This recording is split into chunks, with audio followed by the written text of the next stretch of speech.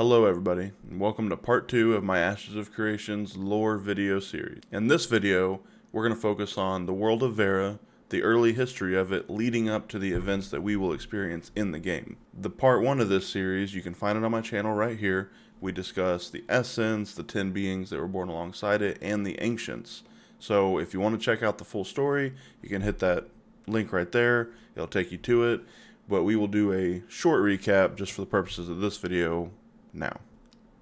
The 10 beings, the gods, were born alongside the essence, and they created a race called the Ancients to be stewards over all of the creation.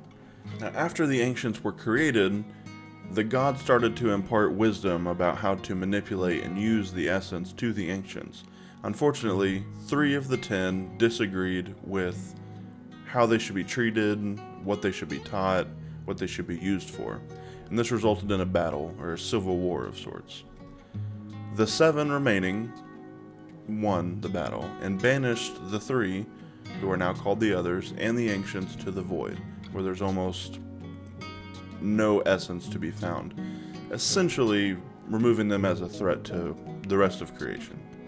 Now the remaining gods, the 7, are what is going to be worshipped on Verra, and these gods, seeing imparting all of their qualities into one race as a mistake, decided that they would then split all their qualities into 4 great races, and thus was born the human, elves, dwarves, and orcs. Now these races made Verra their home.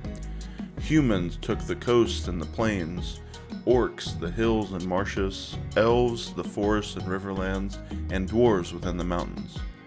In addition to the 4 great races, lesser races were born onto Verra, but lesser in this case meaning they were not imparted qualities by the 7. These races exist in many factions and cultures across Verra, and in the 7,000 years of recorded history, much of it is filled with wars being fought over territory, resources, or beliefs. Royal houses rose, fell, and were forgotten. Early on in the life of Verra, a faction of humans and elves joined and became known as the Torens. Now these half-elves built the first and greatest empire of Verra.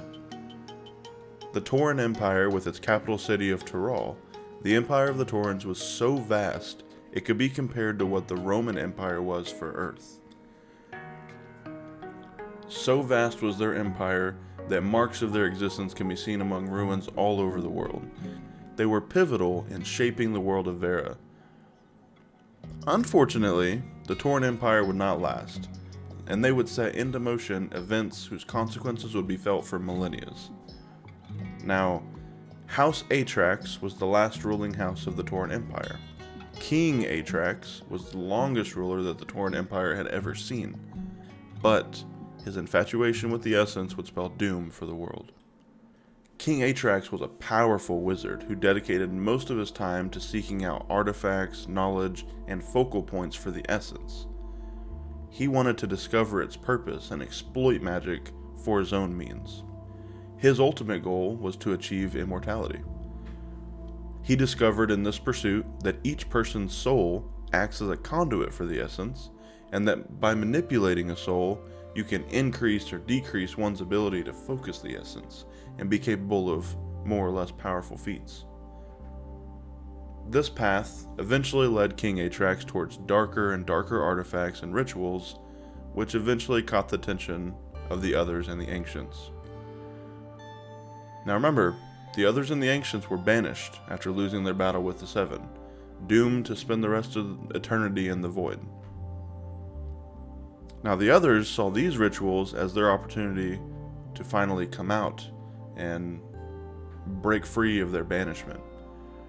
And they began to commune with King Atrax, promising him secrets in pursuit of their ultimate goal, to find their way to Verra and corrupt what the 7 had created. They taught King Atrax how to summon them so they could teach him their secrets. However, the Ancients and the Others were deceiving King Atrax. They did not inform him the toll that the rituals would take on his soul.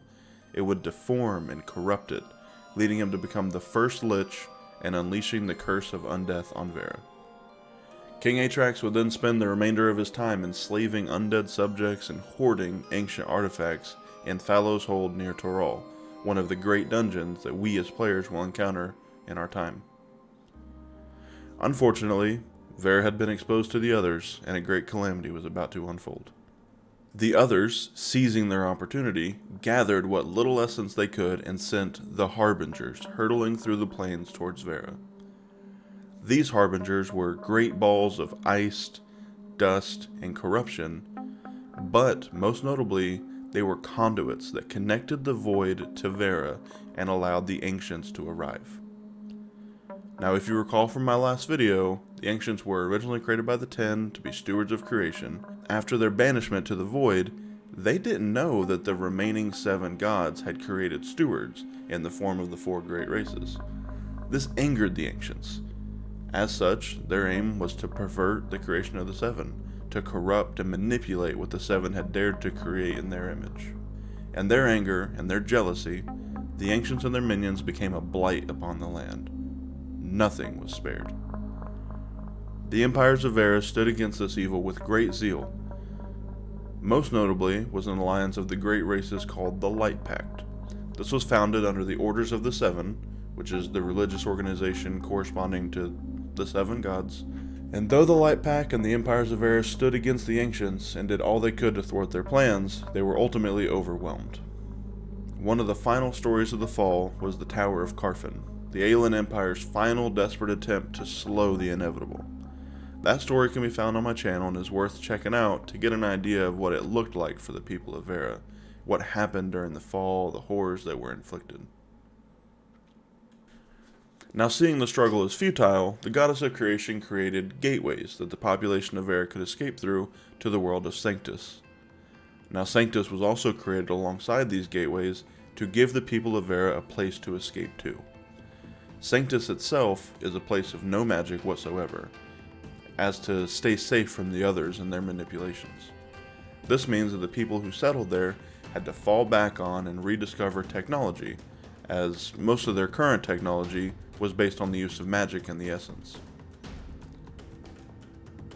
Now, those unlucky enough to not make it through the gateway fell back to the Underrealm and were slowly changed into the Tulnar, beast-like races who were not corrupted, but are also no longer the races that had originally taken shelter from the fall.